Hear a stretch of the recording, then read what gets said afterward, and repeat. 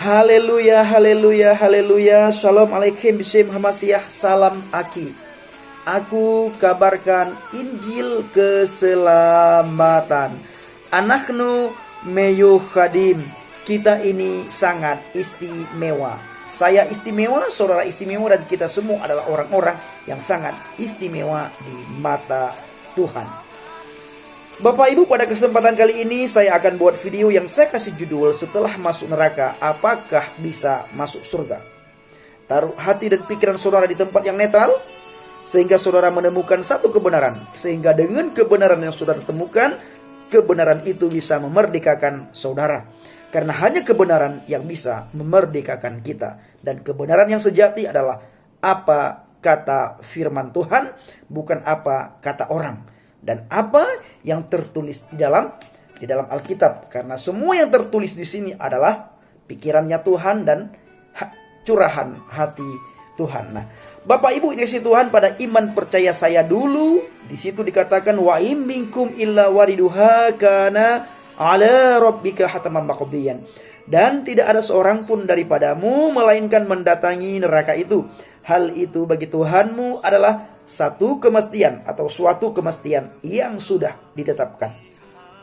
Maka kalau dilihat dari ayat ini, Tuhan yang sudah menetapkan orang masuk neraka, dan tidak ada satu manusia pun yang bisa melawan ketentuan Tuhan.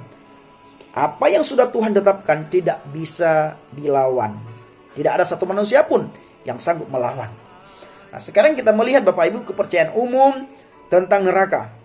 Beberapa agama mengajarkan bahwa dosa dan kenajisan manusia akan dibakar di dalam api neraka. Setelah masuk neraka dapat masuk surga. Dan hal itu harus melewati beberapa proses terlebih dahulu. Pada abad keempat Bapak Ibu, bahkan ada beberapa sekte Kristen mengajarkan hal yang sama. Nah, ajaran ini Bapak Ibu membuat banyak orang merasa tidak takut untuk masuk neraka. Kenapa? Karena mereka berpikir, mereka percaya ini adalah takdir Tuhan yang harus diterima, dan berharap setelah beberapa saat dibakar dalam neraka, mereka bisa dibawa ke surga. Perhatikan baik-baik Bapak Ibu kasih Tuhan. Maka jangan heran bila banyak orang membunuh, banyak orang yang melakukan kesalahan, banyak orang yang melakukan dosa, bahkan banyak orang yang melanggar perintah Tuhan.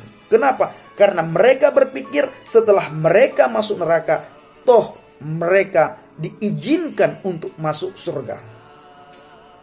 Maka juga kita tidak heran beberapa waktu yang lalu di Prancis, di sebuah gereja Katolik, saudara kita yang lagi beribadah, saudara kita lagi berdoa, masuk orang membunuh saudara kita yang lagi berdoa memuji Tuhan, yang lagi berbicara dengan Tuhan.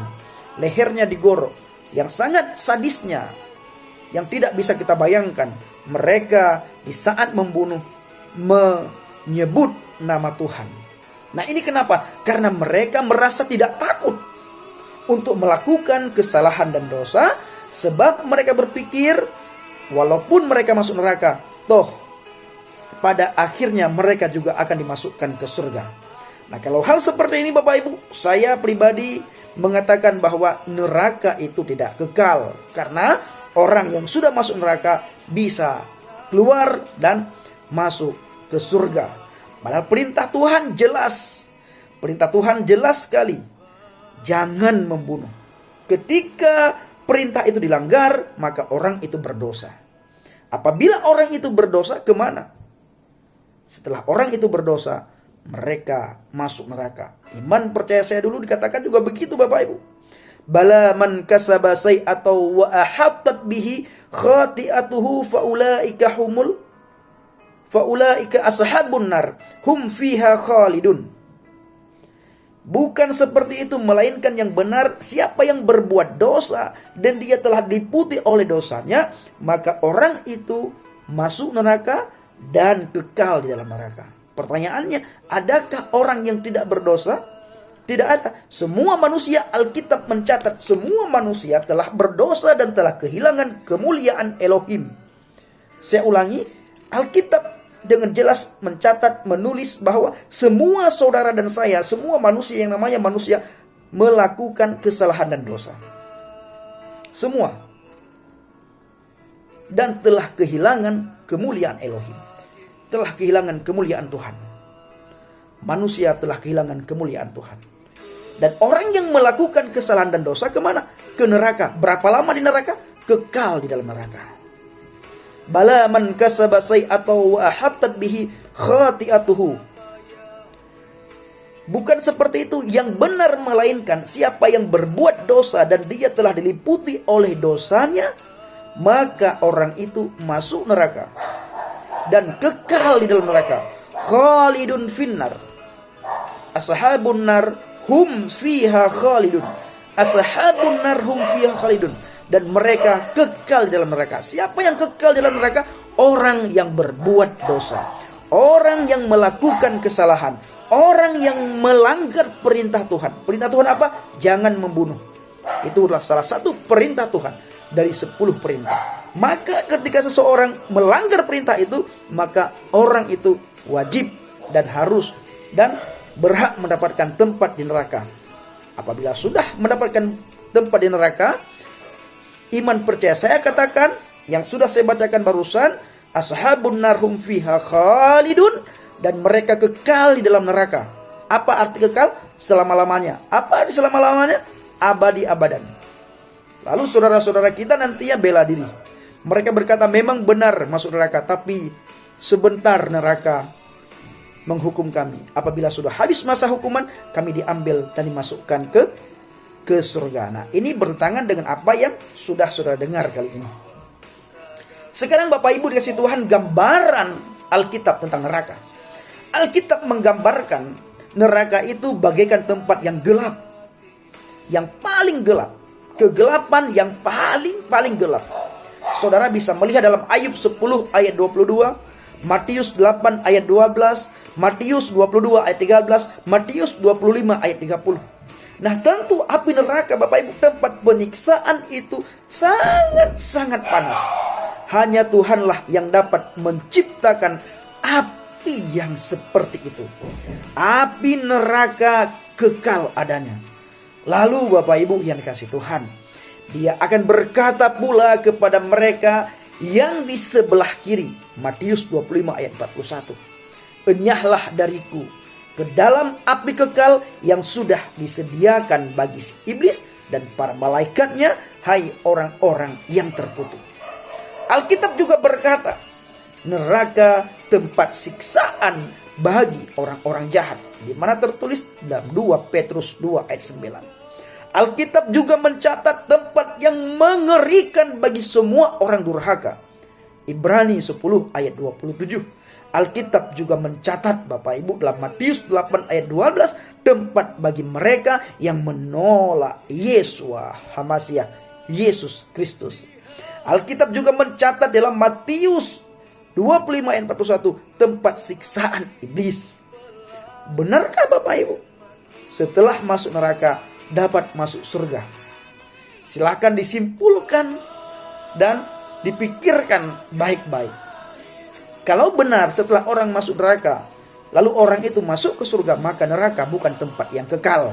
Neraka sama halnya dengan penjara dunia. Setelah habis masa hukuman seseorang di penjara, maka orang itu bisa bebas keluar. Karena sudah habis masa hukuman. Penjaranya Tuhan, neraka Tuhan, tidak sama halnya dengan penjara yang ada di dunia ini. Tempat para koruptor. Bapak Ibu yang kasih Tuhan, di tempat neraka itu tidak ada lagi kesempatan untuk bertobat. Perhatikan, di neraka itu tidak ada lagi tempat untuk bertobat. Kalau ingin bertobat, selama nyawa masih di kandung badan, bertobat. Kesalahan yang sudah kita lakukan, jangan lagi lakukan. Contoh saya dulu paling bejat. Dosa banyak sekali.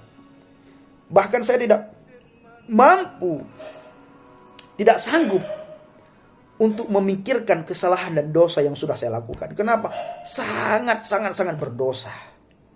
Maka saya bertobat. Kenapa? Karena sebaik-baik orang yang melakukan kesalahan dan dosa adalah bagi orang itu yang segera bertobat. Nah, Bapak Ibu yang dikasih Tuhan, saya ulangi sekali lagi. Di neraka itu adalah tidak ada lagi kesempatan untuk seseorang bertobat. Yang ada hanya sumpah serapah dan hujatan penghuninya kepada Tuhan. Wajar saja sebab manusia satu tempat dengan setan. Sehingga berhati Bapak Ibu. Sehingga berhenti dan berhentilah dan berperilaku sama dengan setan. Berhentilah perilaku saudara sama dengan setan. Termasuk saya. Perilaku kita yang sama dengan setan kita harus berhenti. Jangan lagi lakukan. Tujuan iblis Bapak Ibu di dunia ini adalah membawa manusia sebanyak mungkin untuk hidup bersamanya selamanya di neraka tempat yang kekal. Benarlah apa yang dikatakan kitab suci Injil ini. Di situ dikatakan adalah tempat siksaan yang kekal. Jadi tidak ada lagi kesempatan bagi orang yang sudah masuk neraka. Orang itu bisa mendapatkan surga. Roh Tuhan memberi kesempatan terakhir. Mengapa semua penghuni neraka tidak mendapatkan kesempatan untuk bertobat dan masuk surga? Kunci jawaban dari pertanyaan ini adalah Ruhullah, rohnya Tuhan. Rohul Kudus, Roh Kudus. Menurut Injil, peran Roh Kudus adalah menginsafkan manusia dari dosa, kebenaran dan penghakiman. Perannya ini berlaku hanya selama manusia masih hidup. Roh Kudus tidak berada di neraka. Sebuah kesesatan bila menganggap Roh Kudus akan berada di neraka untuk menginsafkan manusia. Bapak Ibu yang dikasihi Tuhan, dosa, kebenaran dan penghakiman.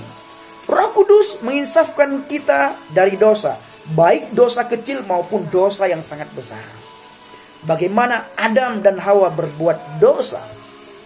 Hanya makan buah pengetahuan, tetapi hukumannya sangat berat, terpisah dari Tuhan selamanya.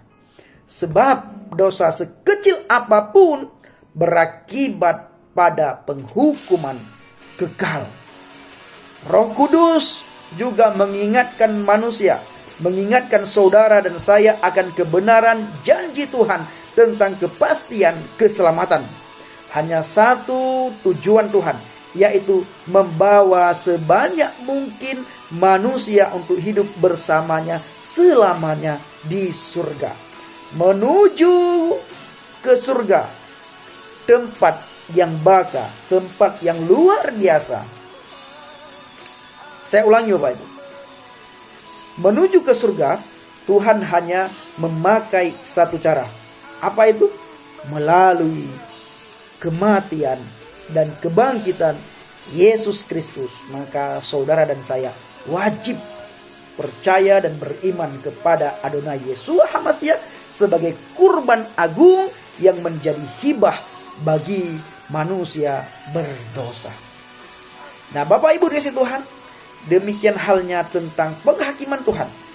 Sejak dari Adam hingga Yeshua HaMashiach, Tuhan tidak pernah berfirman bahwa ada kesempatan diselamatkan setelah masuk ke neraka dapat masuk surga. Yang pasti, dosa dan kenajisan manusia tidak akan habis terbakar oleh api neraka. Dosa dan kenajisan dihukum selama-lamanya di neraka. Jelaslah seseorang yang telah masuk ke dalam neraka tidak akan mendapatkan kesempatan untuk diselamatkan dan masuk ke surga. Inilah yang bisa saya sampaikan Bapak Ibu dikasihi Tuhan. Biarlah saudara dan saya yang mendengarkan video ini banyak kesalahan, banyak dosa, mulai sekarang bertobat dan terima Yesus Kristus sebagai Tuhan dan Juru Selamat kita. Karena hanya di dalam Dia ada keselamatan, hanya di dalam Dia ada kemenangan, hanya di dalam Dia ada ketenangan, hanya di dalam Dia ada kekekalan untuk mendapatkan surga, tempat yang dirindukan oleh setiap orang. Terima kasih. Shalom alaikum bishim Hamasiah. Salam Aki. Bapak Yahweh bishim Adonai Yesua Hamasiah. Waruh Kudus memberkati saudara dan saya. Haleluya. Amin.